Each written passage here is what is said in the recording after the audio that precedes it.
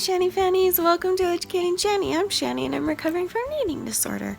Hi Shani, hi. I just woke up about an hour ago. I've been doing some editing in bed. It's very common for me to take a few hours to get my body working. So sometimes I'll edit when I first wake up. Sometimes I'll rest and watch Dr. Phil, which is what I'm doing right now, until I feel well enough to get up and do something productive, hopefully. So that's what I'm doing right now. Welcome. I'm the most boring human on earth.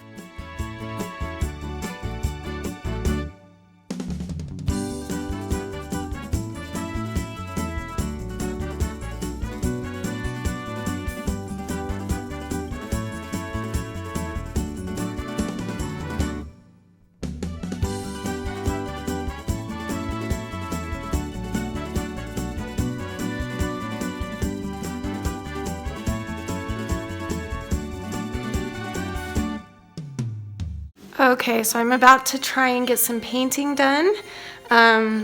There's not much I can do tonight as far as like painting things. The only thing I can do tonight is paint a background for one of the paintings, which will be like a John Deere colors that I'm doing for my nephew. It's going to be those colors and I need a background. Usually I don't need a background, but for this one I do.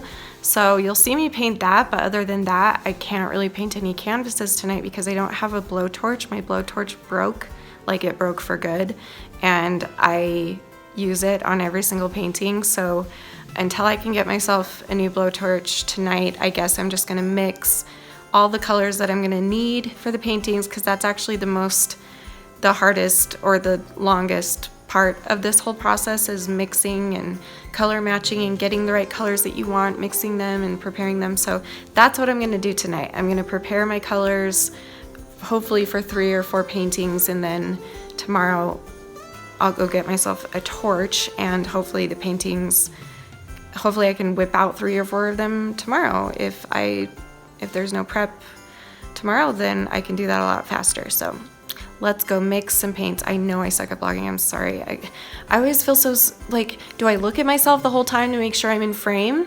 Or but that looks like super conceited. Like I'm so self-centered. Which one do I do? And like I can see myself in my peripheral vision, but it's really hard to tell where my eyebrows meet the eyes. And so, okay, bye.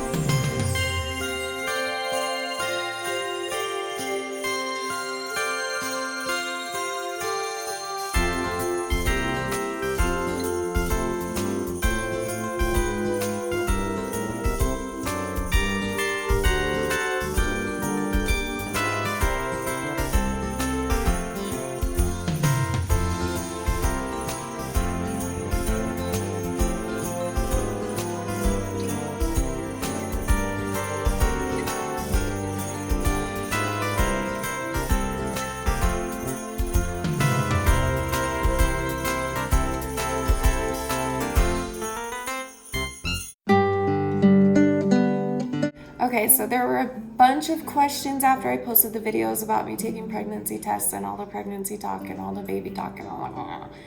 And I got so many questions, and I still get questions. I get this question all the time actually, is would you and Danny consider adopting or getting a surrogate? So here's what I want to say.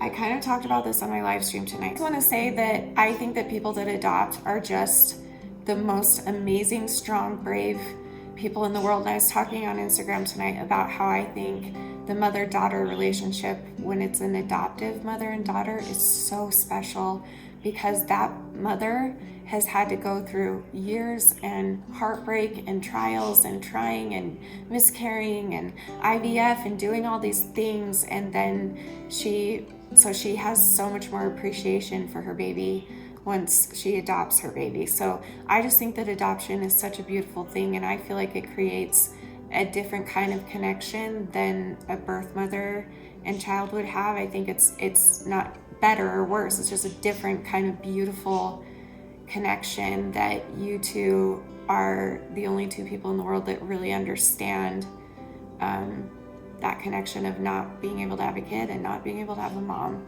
brought together and solving each other's puzzle. Like, it's just such a beautiful thing to me. I also think surrogacy is beautiful. I think those who do it are very selfless for doing it, especially the ones that do it for free. But even the other people, that takes a lot of strength and everything.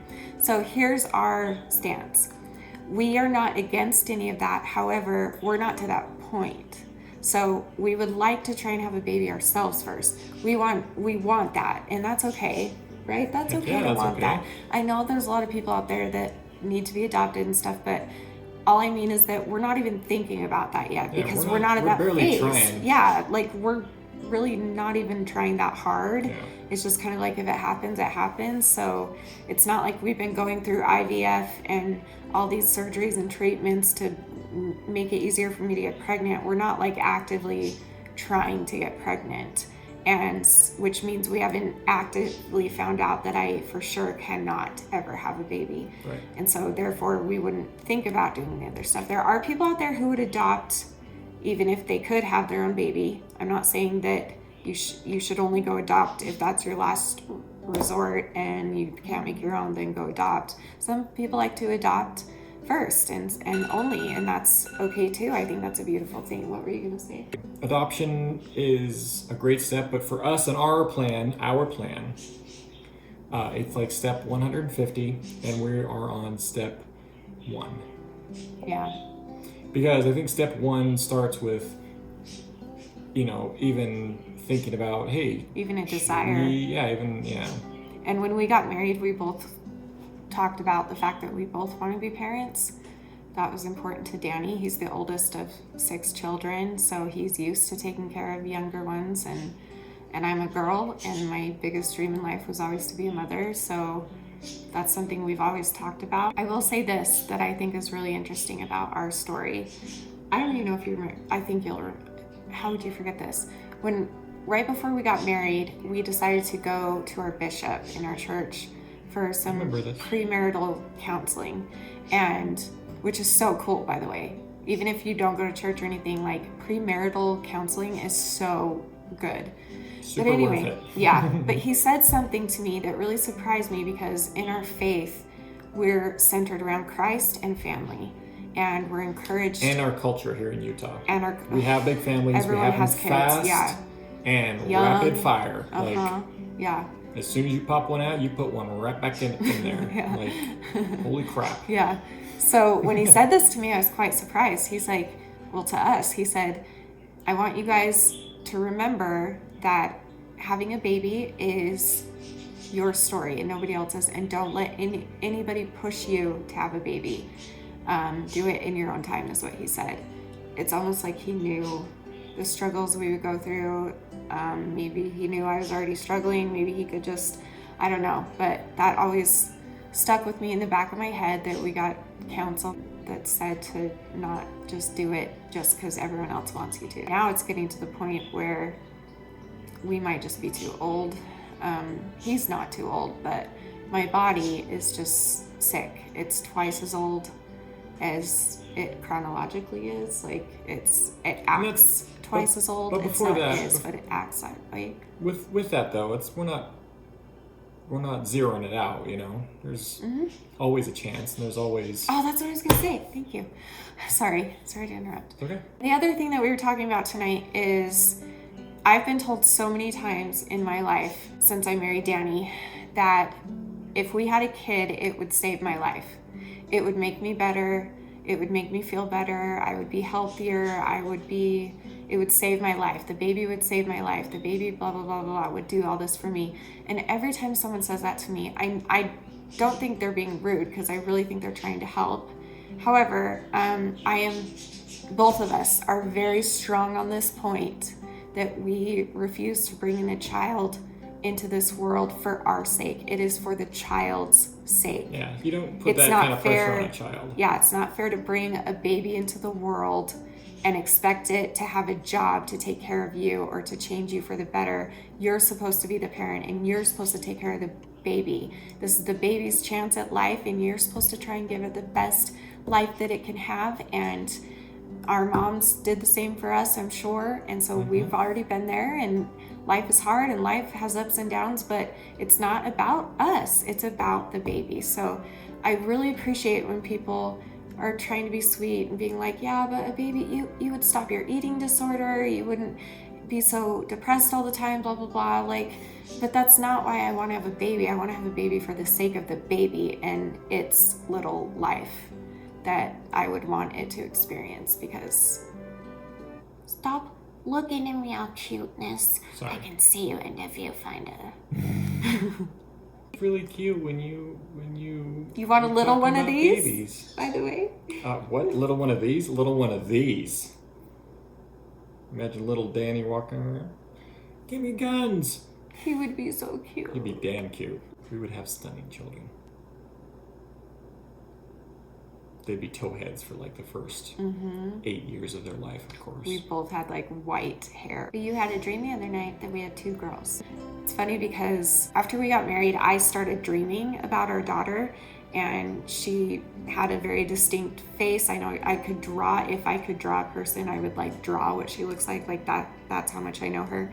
And her name was Caitlin in the dream, I think because I like the name and because it's a mixture of both of our mother's name. His mom is named Kathleen, so Kate, and my mom's middle name is Lynn, so Caitlin. And also we've got a couple of Caitlins in our life that we really love.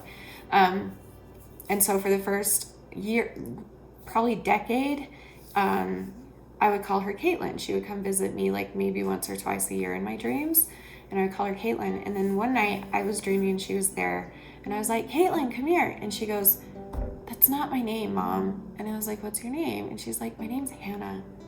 And so when Danny told me he dreamt about 2 girls, inside I was like, are we gonna have twins? Because if so, I am out. There's no way. There's no way I could fit, like, there's no way 2 babies could come out of my vagina and survive. It would choke them to death because my vagina is so small. You wouldn't have C-sections all day long. Oh, could I? Thank you. Yeah, you're welcome. Well, we love you, and I'll see you guys tomorrow for another video. And remember forever and always that you're beautiful. You're worth it. And I am too. I almost forgot. Yeah. Thank you for watching. Goodbye.